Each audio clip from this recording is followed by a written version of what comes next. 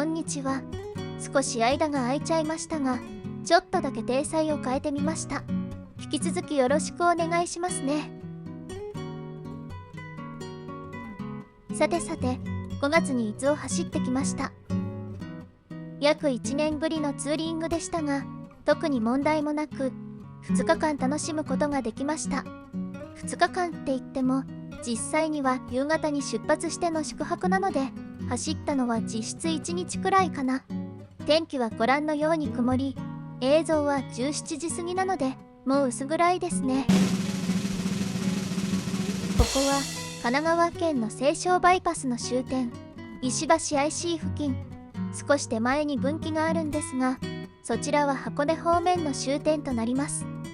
今夜の宿泊地は、伊東に行くなら鳩屋の伊東です。このまま真鶴道路を進んでいきます。湯河原を過ぎ、熱海、宇佐美を通るんですが、熱海ってちょっと前までは本当に寂れてたんですよね。でも最近は昭和レトロっていう感じが流行って、若い人たちが増えてきてるみたいです。この後はすぐに真っ暗、道の駅で魚を食べてお宿へ到着。 CM 曲まで歌っていながらお宿は違います。少し古めですが、バイクをロビー横の屋根がある場所に止めさせていただけるので、安心して駐輪できました。そして次の日は見事な快晴。やったぜ。最初に向かったのはお宿に割と近い幻博覧会。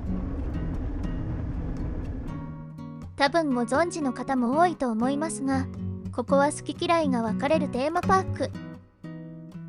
ガラクタ、それとも面白いネタの宝庫って感じで、見てると大笑いしてる人もいれば、さっと通り過ぎる人もいました。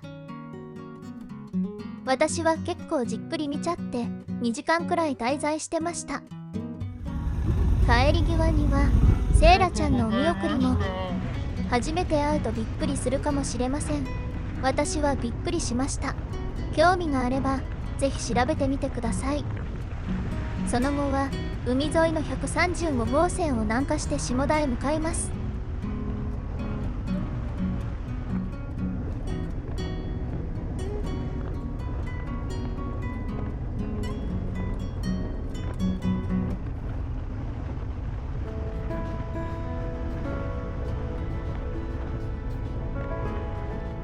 海を眺めながら走るのは本当に気持ちいい。でも日差しは暑かった。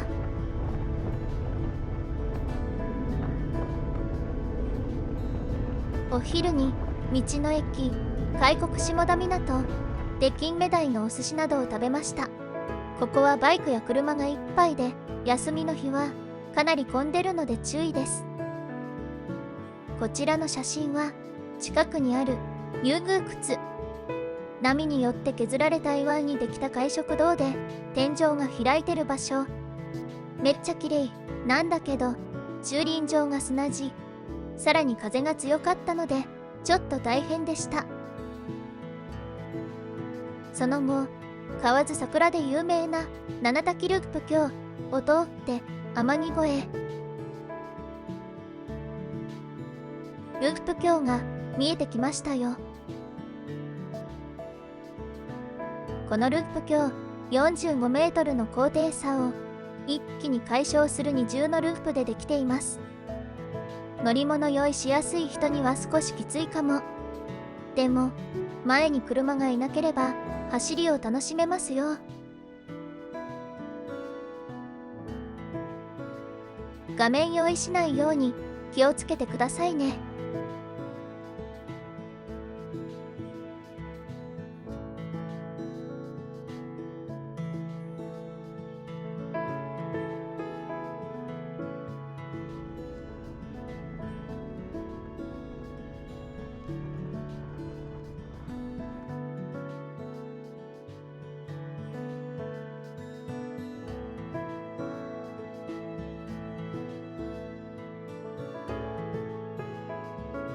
その後は常連の滝を目指し、わさび田が見られる道路をずっと走りました。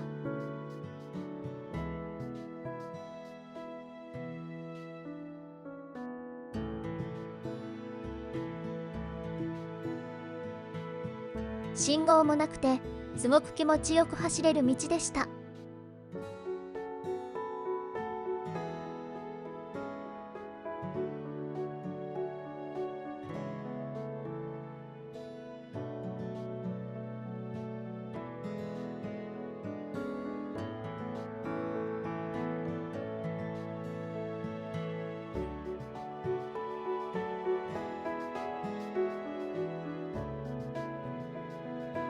こちらが常連の滝です。夕方なので観光客は少なめだったんですが、外人さんが多かったですね。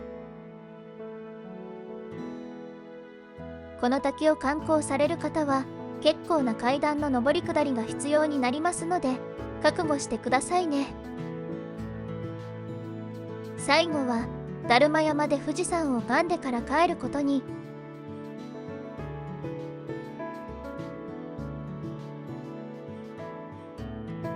全体で 200km くらいなので本格的なツーリングには程遠いけど、久しぶりに走ったので結構疲れました。でもまた少しずつ楽しんでいきたいなと思ってます。今年は本当に暑いですね。ツーリングに行く予定の方は熱中症に気をつけて無理せず楽しんでください。次回の VMAX に関してはダミーエアインテークカスタムを紹介する予定です。久しぶりにカスタムしたのでぜひ見てみてくださいね。それでは最後までご視聴ありがとうございました。